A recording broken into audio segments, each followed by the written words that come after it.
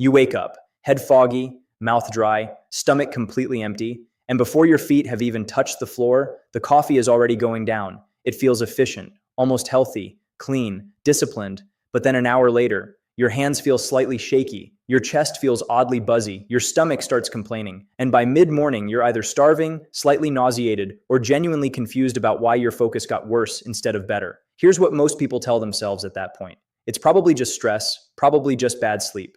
And here's what I'm going to tell you. For a surprising number of people, it's the coffee. Not because coffee is bad, not because you need to quit it forever, but because caffeine hitting an empty system pushes acid, adrenaline, and blood sugar in directions your body quietly hates. And the symptoms it creates are so common, people have started calling them normal. Heartburn, bathroom urgency, morning anxiety, that strange crash before lunch. All of it quietly traced back to one habit. Stay with me, because later in this video, I'm going to show you the simple switch that lets most people keep their coffee and lose every single one of those symptoms. I'm Dr. Steve Collins. After years working in health and longevity, I've come to believe that tiny morning habits shape digestion, energy, and metabolic health more than most people realize. By the end of this, you'll know exactly who needs to break the empty stomach coffee habit first, why it backfires the way it does, and most importantly, what to do instead. Let's get into it. I like coffee. I genuinely enjoy the ritual, the smell, that first moment when the brain seems to switch its lights on. But I almost never drink it completely empty. And here's why. Your stomach is not a passive mug stand. It is an active chemical factory. And coffee presses several of those buttons very quickly. The simplest picture I can give you. Imagine turning on a garden hose before you've aimed it anywhere. The pressure is real. The timing is just completely wrong. Coffee stimulates gastric acid and digestive activity. And if there's no food in the stomach to buffer that process, some people feel burning, gnawing discomfort, sourness rising in the chest, or that hollow, irritated sensation they keep mistaking for hunger. Now, I'm not going to overstate this. Coffee doesn't automatically damage everyone's stomach. It's not a proven cause of ulcers by itself. But symptoms are a different story entirely. A 2022 narrative review in Nutrients went through the evidence on coffee and the gastrointestinal tract and found that stimulation of gastric acid secretion is one of the clearest consistent effects of coffee. There was also an older study in Alimentary Pharmacology and Therapeutics showing that regular coffee provoked gastroesophageal reflux more than decaffeinated coffee in certain people, which, if you think about it, is remarkable. Because most people assume caffeine is the whole story. It isn't. Coffee contains other biologically active compounds, which is why viewers often say, "I switched to a premium bean and still got reflux." Exactly. Sometimes it's the dose, sometimes the roast, sometimes the volume, and sometimes it's simply the fact that your stomach had nothing else to work on. An empty stomach is like a stage with the microphone turned all the way up, but no performer in place. Every small input becomes enormously loud. So what do you do with that? Very simple. Eat something small first, not a pastry that vanishes in 20 minutes. Something with protein, fiber, or ideally both. Greek yogurt, eggs, a handful of nuts, even leftover dinner if that's what you have. Then test whether a smaller cup, a less acidic brew, or drinking coffee after a few bites of real food changes everything. Your body has been giving you this information already. If coffee on an empty stomach reliably gives you burning, burping, or throat clearing, stop arguing with it. Now, let's move to the effect most people notice but constantly mislabel. I've experienced this myself on nights where I've slept badly and tried to force productivity with strong coffee before eating anything. It feels sharp for about 15 minutes, then oddly jagged. That's not your imagination. Caffeine doesn't create energy from nothing. It works by blocking adenosine, one of the brain's primary signals for tiredness, and by nudging your stress system upward. On an empty stomach, especially when you're already running on poor sleep, that hit lands faster and harsher than it should. The analogy I keep using, it's like taking the brakes off a car that's already rolling downhill. Yes, it moves, but not in a way that feels controlled. This is exactly where people say, "I think coffee is making me anxious now that I'm older." And often, they're right.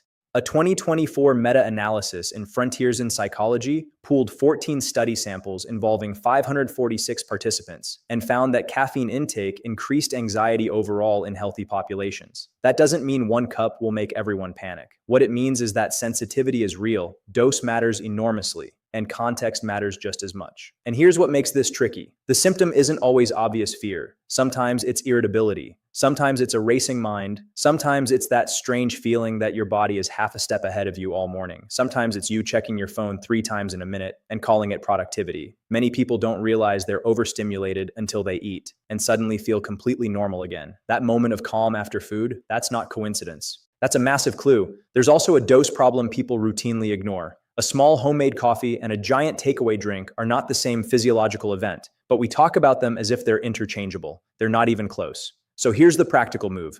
Tomorrow morning, delay your coffee by even 30 to 60 minutes. Drink some water first. Have a few bites of food. If you're someone who gets palpitations, shrink the cup size and sip it slowly. Pair the whole thing with a calmer start instead of doom scrolling and rushing. You do not need to prove toughness to your nervous system. Now, here's the part that genuinely surprised me, because the biggest problem for many people isn't the stomach symptoms or the jitters, it's what happens to blood sugar, and almost nobody is talking about it. There is a sequence I see constantly. Someone sleeps badly, wakes up groggy, skips breakfast because they're not hungry, drinks strong black coffee, and then spends the rest of the morning wondering why everything feels chaotic. That sequence is a metabolic ambush. Think of your body in the morning as a team arriving to set up a room. Poor sleep means the team is already late and disorganized. Then coffee barges in shouting instructions before anyone has even put the tables out. The result isn't efficiency, it's confusion.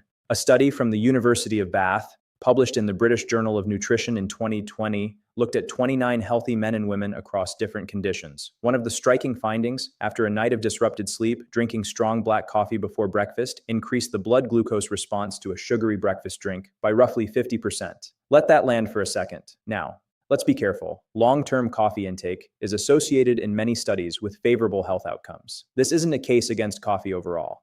But acutely, in that very specific morning situation, coffee before food can meaningfully worsen how your body handles glucose. If you're already insulin resistant, carrying extra abdominal weight, managing prediabetes, or living on broken sleep, this is exactly the kind of small daily pattern that quietly works against you over time. And honestly, this is where health advice gets frustrating. The long game and the short game aren't always the same. Coffee over years may fit perfectly well into a healthy lifestyle. Coffee slammed into an empty, underslept body at 6:30 in the morning may still be a bad move for that particular day. Which version applies to you? That's the real question. A lot of you will also wonder, does this only matter if I add sugar to my coffee? No. The Bath study used black coffee before the glucose challenge. The issue wasn't the sugar in the cup, it was the caffeine arriving before food. The practical fix is the same one that keeps coming up. Eat first, especially after a rough night. It doesn't have to be elaborate. Eggs and toast, yogurt with berries, oats with chia seeds, even a small savory snack is better than hitting your system with straight caffeine. If mornings are rushed, prepare something the night before so you're not relying on willpower while you're half conscious. Okay, let's keep going. Because the next effect is one people are often too embarrassed to bring up.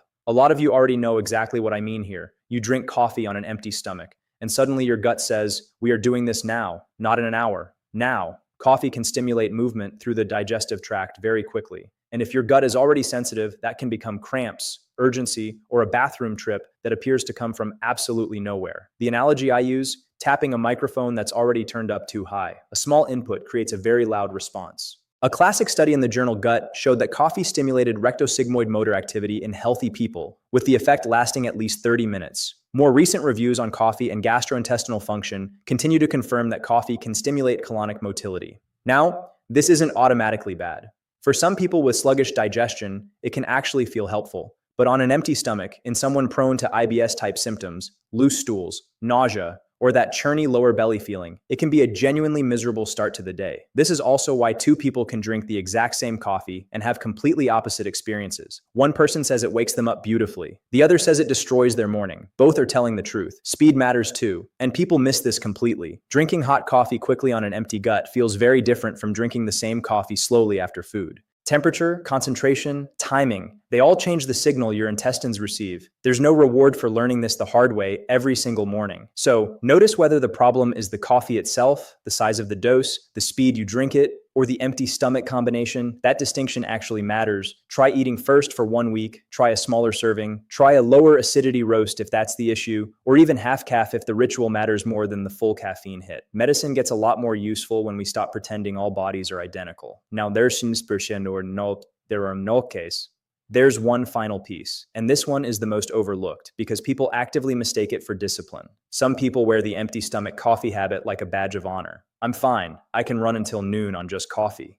Honestly, sometimes that's not resilience. Sometimes that's stress chemistry masking your body's actual signals and doing a very convincing impression of competence right up until it completely falls apart. I've done this myself on genuinely busy mornings. It's deceptive because it can feel productive for a while. Coffee blunts appetite. That sounds convenient, But if blunting appetite means skipping a real meal and then rebounding later into overeating, intense cravings, headaches, or that completely drained feeling at 11:30, the system is not working as well as you think it is. When caffeine becomes the thing that lets you ignore hunger, fatigue, and poor sleep, it stops being a pleasant tool. It starts being a cover story. A systematic review in the British Journal of Nutrition looked at randomized controlled trials on caffeine and blood glucose in people with diabetes and found that acute caffeine exposure could worsen glucose control and insulin sensitivity. Different population? Yes. But it fits the larger picture that caffeine can produce very different short-term effects from the romantic image we've attached to it.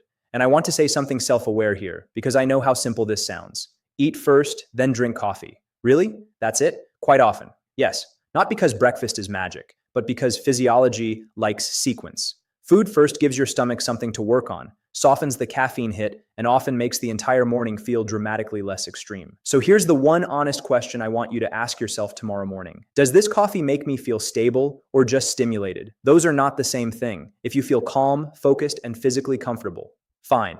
If you feel wired, hollow, acidic, sweaty, hungry but not hungry, or already desperate for another cup by 10 o'clock, your body is voting no. Track it on your phone for 3 mornings if you need to. Symptom patterns become obvious very quickly once you actually look. Here's the truth about all of this. The best version of this habit isn't no coffee ever. For most people, it's coffee with a little strategy. Hydrate first. Give your body a few minutes to wake up properly. Eat something real if you're prone to reflux, anxiety, blood sugar swings, or bowel urgency. Then have the coffee. A lot of you will wonder, does the type of coffee matter? Yes, honestly, it can. A giant high caffeine drink swallowed in 5 minutes is a completely different event from a smaller cup sipped slowly. Coffee after poor sleep is different from coffee after a solid 8 hours. Coffee with eggs and fruit is different from coffee after nothing but stress and scrolling, which, if you think about it, is remarkable, because the beverage stays exactly the same while the body receiving it changes completely. If you want a simple template that actually works, use this one. Wake up, drink some water, move around for a few minutes, eat a light breakfast, then have the coffee. Give that 7 full days before you judge it. Not one rush Tuesday. 7 days. People are consistently stunned by how much calmer their stomach, energy, and mood feel by the end of that week. One final point. Don't test this on a chaotic morning. Test it on a stable one. Same wake time, same breakfast, same cup. Otherwise, you'll blame or credit the coffee for variables that have nothing to do with it. Consistency is what makes your body's signals actually readable. So, when should you be especially careful? If you experience heartburn, reflux, gastritis, IBS, panic tendencies, palpitations, prediabetes, or chronically poor sleep, empty stomach coffee is probably not your friend. That doesn't mean you're fragile. It means your body is responsive. And that is genuinely useful information, not bad news. The goal here isn't to moralize coffee.